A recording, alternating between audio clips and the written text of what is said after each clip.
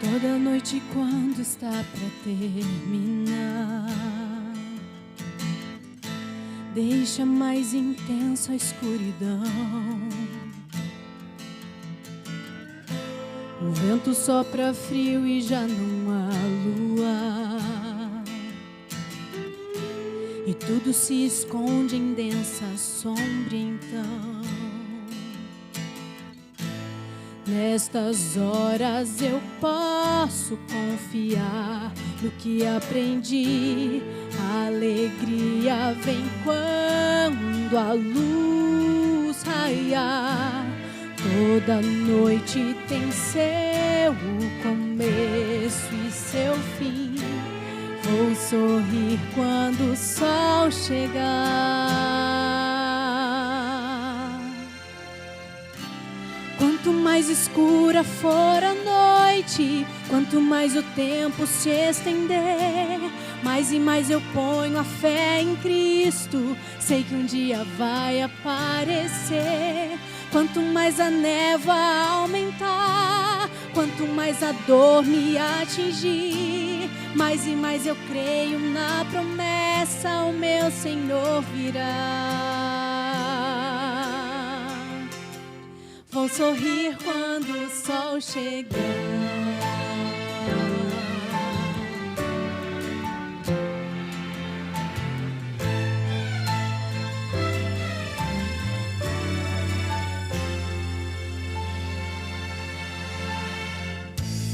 Longe esteja meu orgulho, meu prazer, que não na rude cruz do meu Salvador. Quem sou eu pra não querer dar a vida ao sofrer? Um servo não é mais que seu Senhor. Nestas horas eu posso confiar no que aprendi. Pela graça e fé o justo viverá. O pecado em breve terá o seu fim. Vou sorrir quando o sol chegar. Quanto mais escura for a noite, quanto mais o tempo se estender, mais e mais eu ponho a fé em Cristo. Sei que um dia vai aparecer. Quanto mais a névoa aumentar, quanto mais a dor me atingir, mais e mais eu creio na promessa, o meu Senhor virá. Pra limpar dos meus olhos toda lágrima e afastar toda dor que me assombra, destruir esta morte já vencida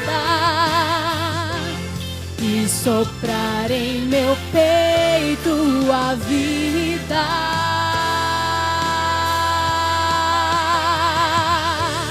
Quanto mais escura for a noite, quanto mais o tempo se estender, mais e mais eu ponho a fé em Cristo.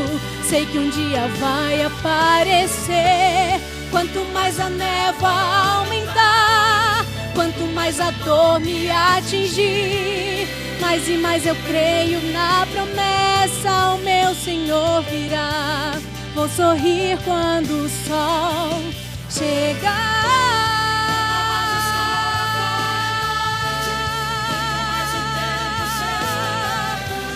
Mais e mais eu ponho a fé em Cristo. Sei que um dia vai aparecer. Quanto mais a névoa aumentar, quanto mais a dor me atingir, mais e mais eu creio na promessa, o meu Senhor virá.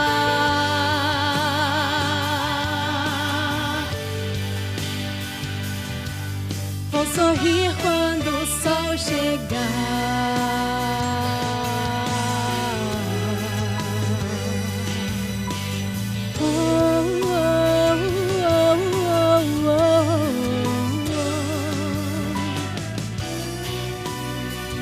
quando o sol chegar.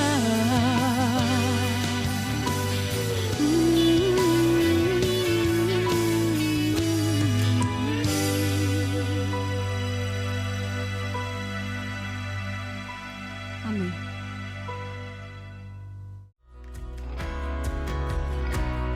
Adorar também é se relacionar com Deus. E neste momento especial, a nossa casa pode ser a melhor igreja à disposição do Senhor. Se podemos cantar, orar e estudar a palavra de Deus, também podemos dedicar a nossa fidelidade a Ele através de nossos recursos. Por isso, para você que já é doador e está se perguntando como fazer isso remotamente, eu quero te lembrar do aplicativo 7Me. Este app é super intuitivo, descomplicado e amigável. Por isso você pode continuar apoiando a sua igreja com total segurança dos seus dados. Baixe o app na Play Store ou Google Play, clique em dizimar e ofertar, preencha com seus dados e o resto é bem simples. E então, é só continuar com seu projeto pessoal de fidelidade com Deus. Feliz sábado a você que me assiste através da internet, através do canal do YouTube da Igreja do Riacho Grande. Você é muito bem-vindo nesse lugar, e é um lugar onde não estamos só eu e você aqui, estamos, na verdade, em uma coletividade aqui, cultuando a Deus, e o que dá sentido a esse momento, a esse local, a esse acontecimento, é a presença de Deus aqui. Por isso nós agradecemos Ele, porque Ele é a conexão entre eu e você, Ele é o tradutor da mensagem, Ele é a voz, é Ele que alcança o seu coração.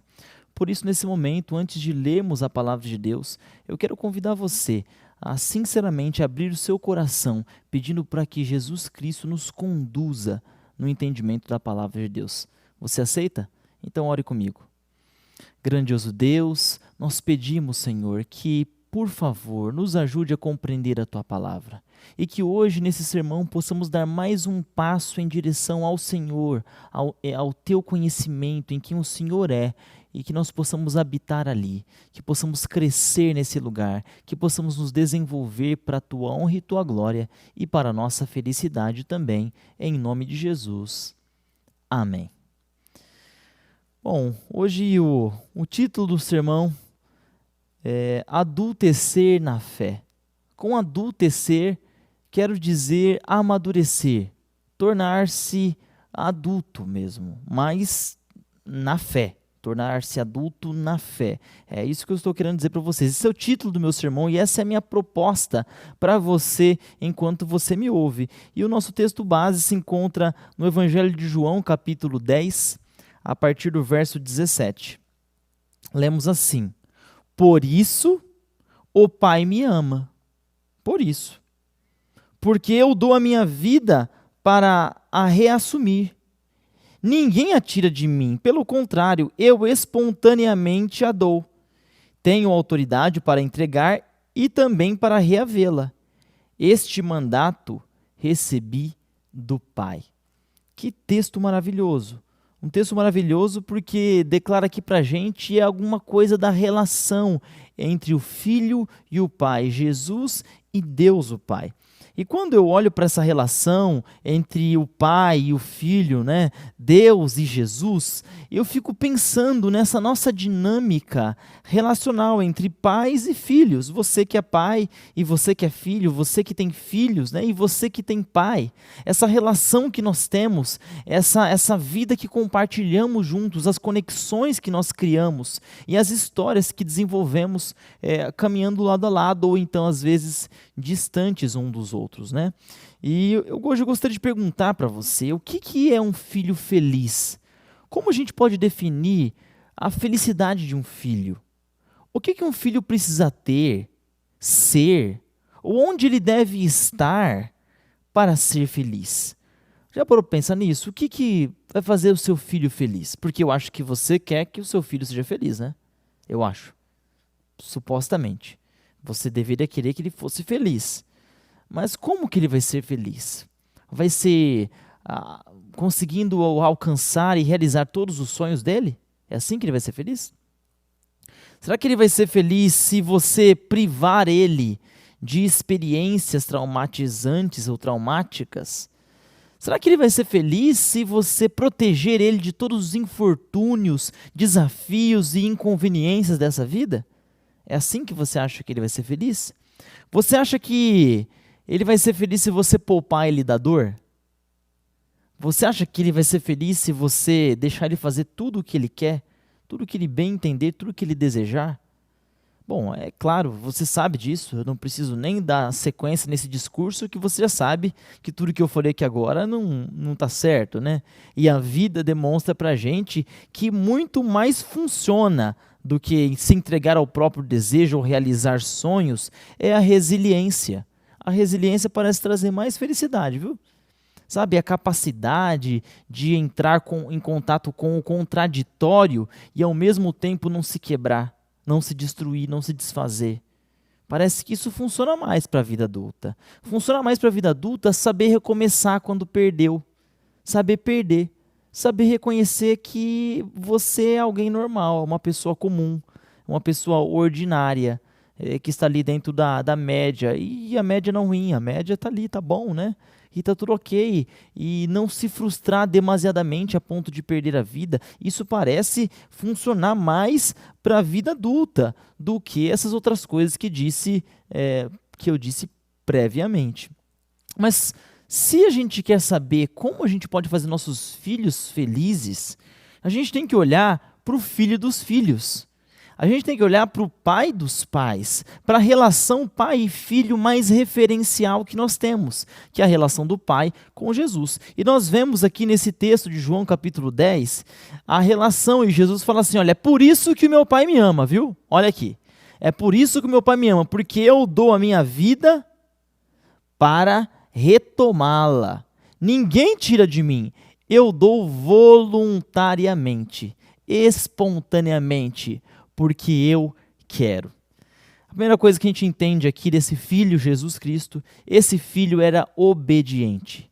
Ele cumpria os 10 mandamentos, lá, Êxodo capítulo 20, verso 12, que diz assim, honre o teu pai e a tua mãe, para que se prolongue os teus dias nessa terra. Só que Jesus Cristo não honrava só o pai e a mãe, obedecendo as palavrinhas que o pai e a mãe falavam. Vai filho, vai lá Jesus, come chicória. Vai lá, vou comer chicória. Comer a chicória porque a mamãe mandou. Não era exatamente isso, que essa limitação, essa pobreza de interpretação do texto que Jesus vivia. Jesus Cristo tentava honrar o pai e a mãe não só obedecendo tarefas e pedidos corriqueiros, mas honrando a fé e o Deus dos pais.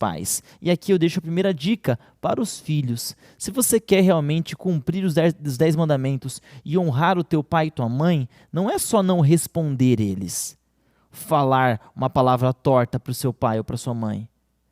Para você honrar o teu pai e tua mãe, para sua vida se prolongar nessa terra, você precisa honrar o Deus e a fé que eles passaram para você. Isso é honrar pai e mãe. É honrar a fé deles, honrar o legado espiritual. Se você desonra o legado espiritual do teu pai e da tua mãe, você é um tremendo de um desobediente à lei de Deus. E essa questão de não responder, dizer sim senhor, sim senhora, e não honrar o Deus do senhor e da senhora, não é a guarda dos 10 mandamentos. Se você é um filho que está me ouvindo, que está desgarrado, que está fora do caminho, que já não tem honrado a fé que o teu pai e a tua mãe transmitiram para você, ouça esse sermão e entenda que você precisa aprender com Jesus a honrar o pai e a mãe. Não só obedecer por palavra, mas honrando o Deus, a fé e a crença que foi transmitida para ele. Jesus Cristo era um filho obediente. E daí a gente já entende que obediência tem 2 tipos de obediência, né? Por exemplo, tem aquela obediência pueril, aquela obediência da mais tenra idade, aquela obediência que você obedece porque alguém mandou, né? Se você perguntar para uma criança que está estudando, fazendo a lição de casa, por que você está estudando? Por que você está fazendo a lição? O que ele vai falar? Minha mãe mandou. Ou seja, tem uma autoridade que está me compelindo a fazer alguma coisa, então eu obedeço, eu fiz. E isso tem valor? Tem valor. Tem valor para essa mais tenra idade. Porque a criança nasce sem ética. A criança não nasce com autonomia, com lei própria. Não, a criança nasce totalmente antiética. A criança não nasce e lá quando está no bercinho dela e a mãe super cansada porque ficou dando de mamar, limpou a casa e o pai também porque aquela criança não dorme faz dias. Aí no meio da noite assim o bebê não pensa assim, poxa, hoje eu não vou chorar não, né? Porque vai ser um incômodo, né, para os meus pais, já estão tão cansados. Minha mãe, coitada, tá toda lá, tá só os trapos. Hoje eu não vou chorar não, vou dormir a noite toda. Para pegar leve. Você acha que o bebê pensa assim?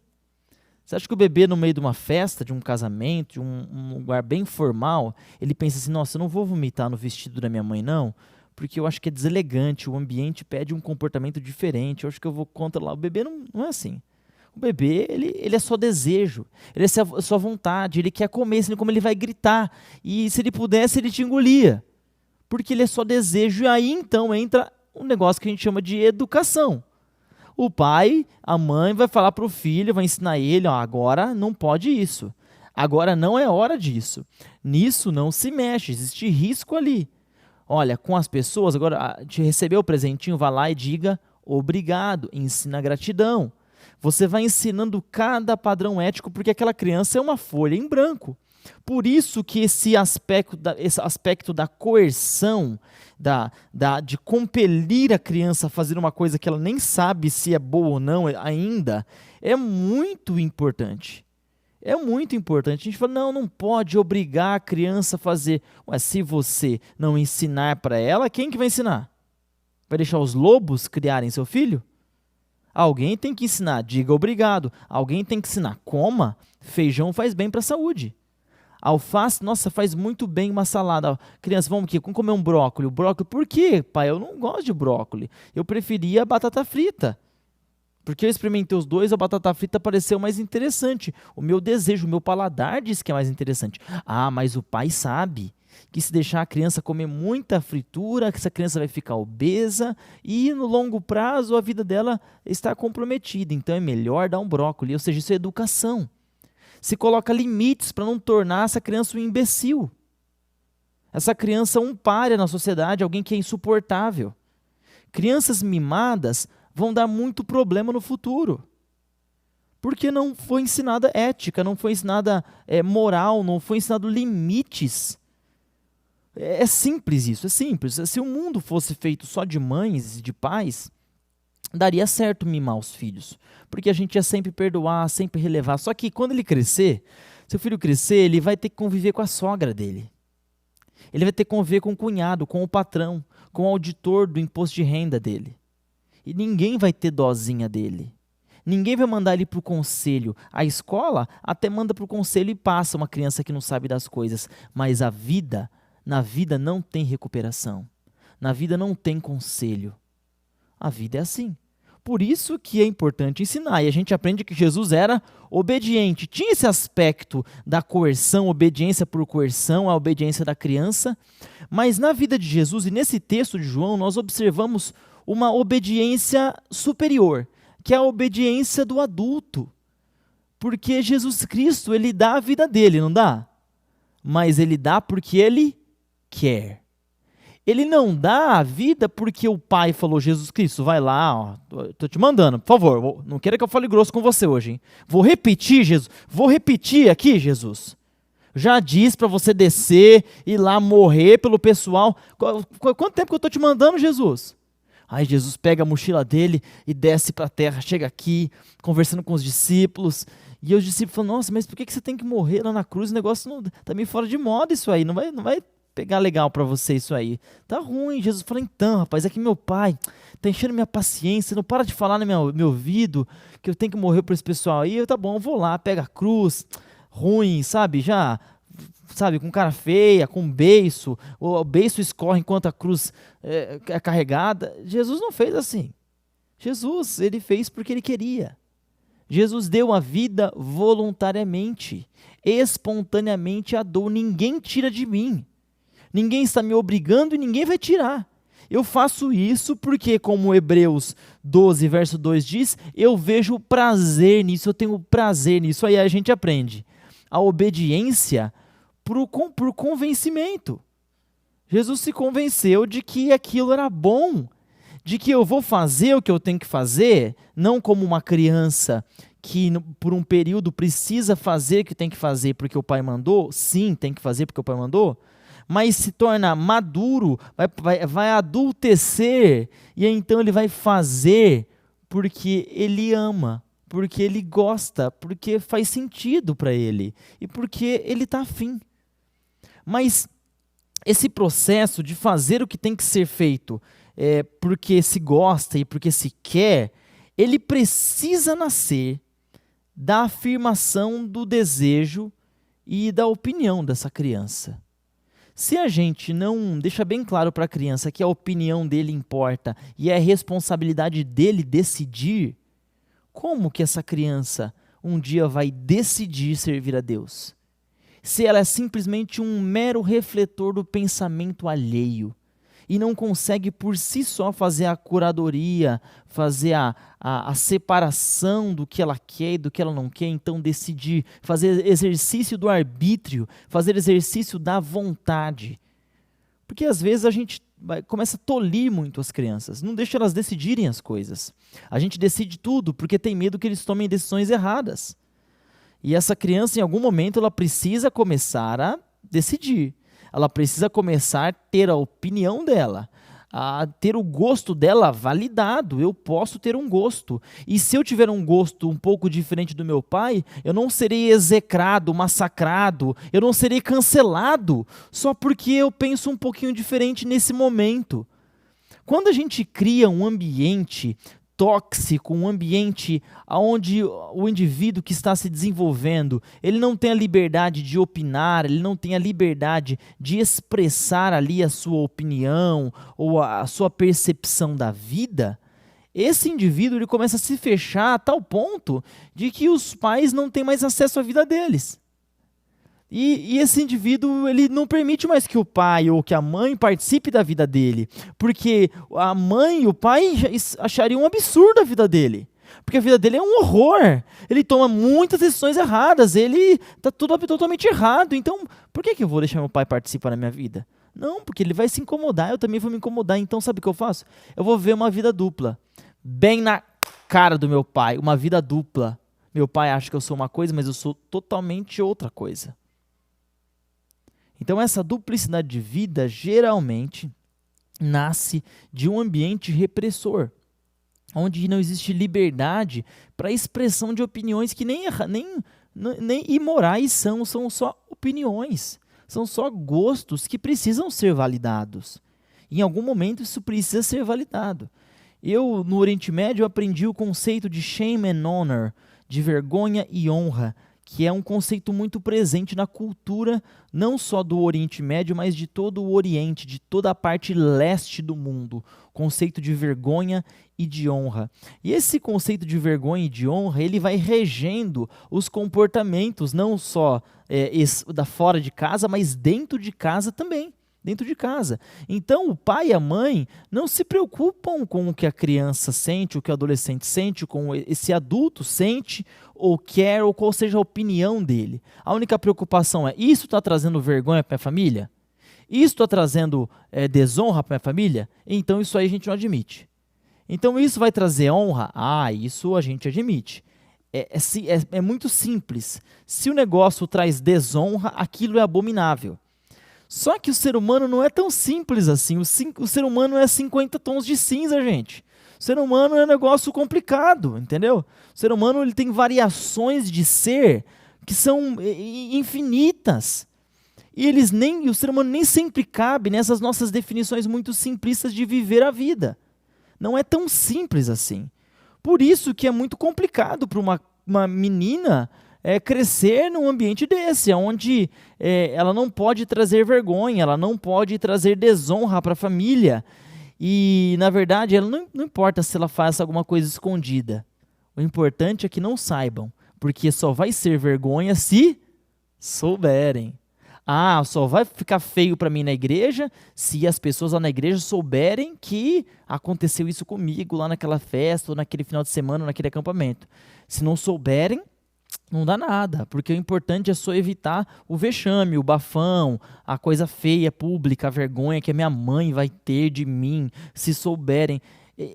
Essa é uma motivação errada para fazer o certo. Essa é uma motivação, não é nem humano isso. Isso é violentador. Isso é desconsiderar totalmente a individualidade, a pessoalidade. Isso é desumanizar aquilo que é humano.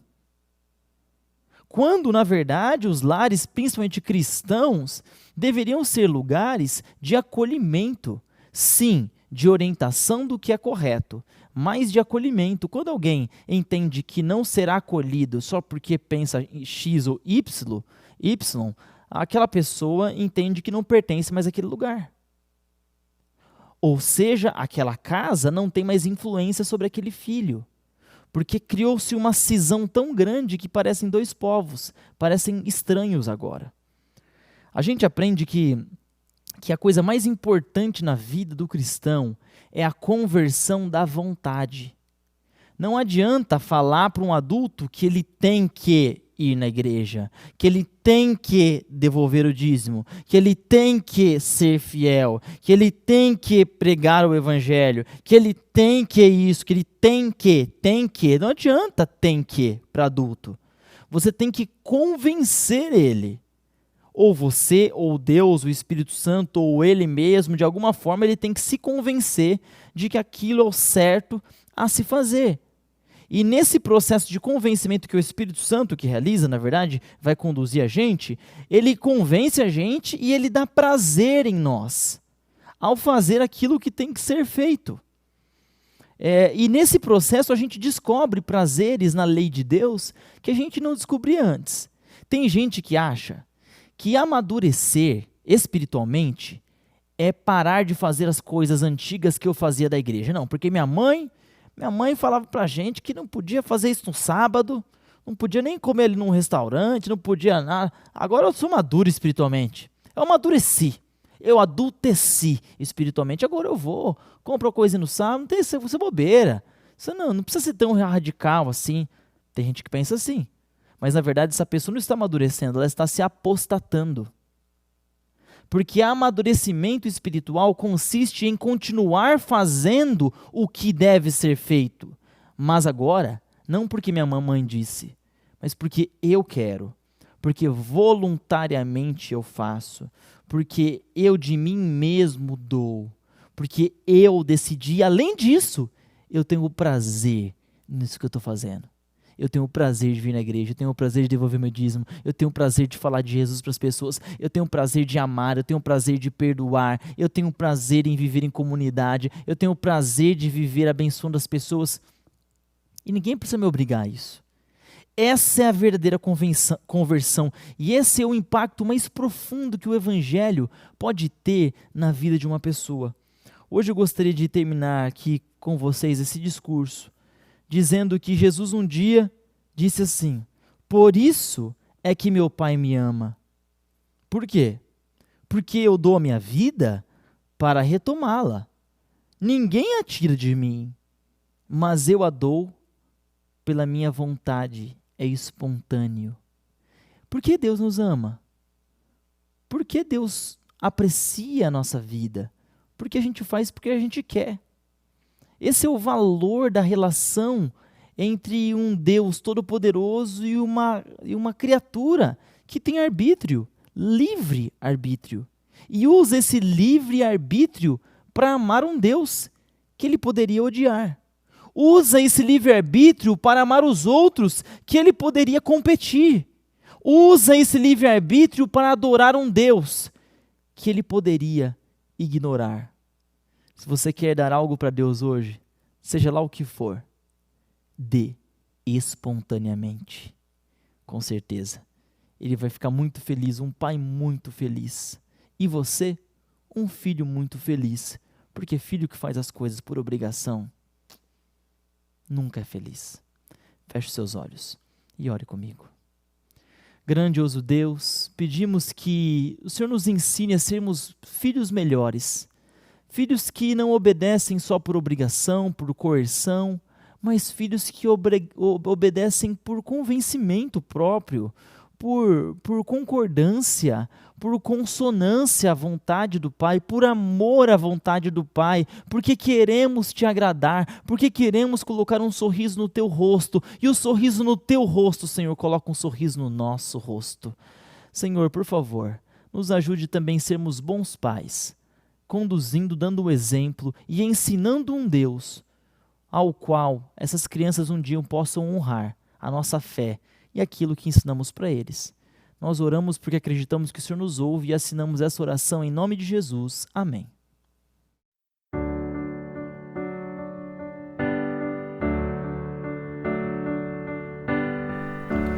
Permanece em sua graça, na paz e alegria do Senhor, com irmãos compartilhando minha fé. Permaneço em sua casa, aqui me sinto amado e feliz. Em família nós estamos pra louvar e adorar.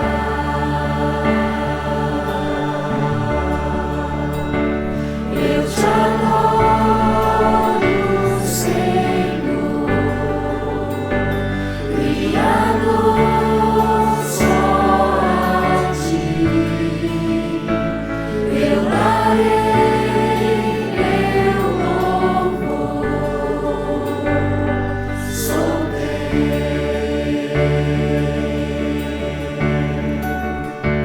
eu te adoro, Senhor, Criador, só a ti eu darei meu louvor. Sou